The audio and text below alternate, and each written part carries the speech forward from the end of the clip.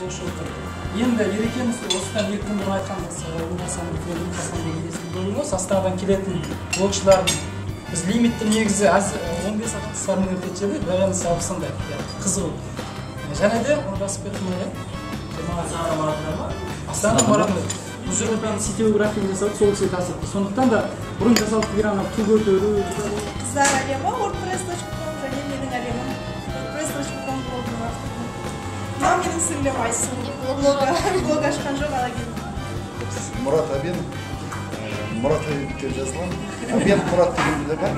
Екеуі мынау Асхаттың көмегімен блог аштым. Бұл 10 күндей болды. Қазақшасы Абен Мұрат, орысшасы Мұрат Абен. Екеуін қатар ашып бір-бірімен қатарласып жүріп жүрмін. Енді біреуін ашпай бірден екеуін бірақ ашайын дедім. Қолда билік бар ғой деп айтасың. Менің есімім Нұрғиса Асылбек, шынайы өмірде де, бейшынайы өмірде де Нұрғиса кезі. Фазылбек Әбсекаров, Фазылбек .wordpress.com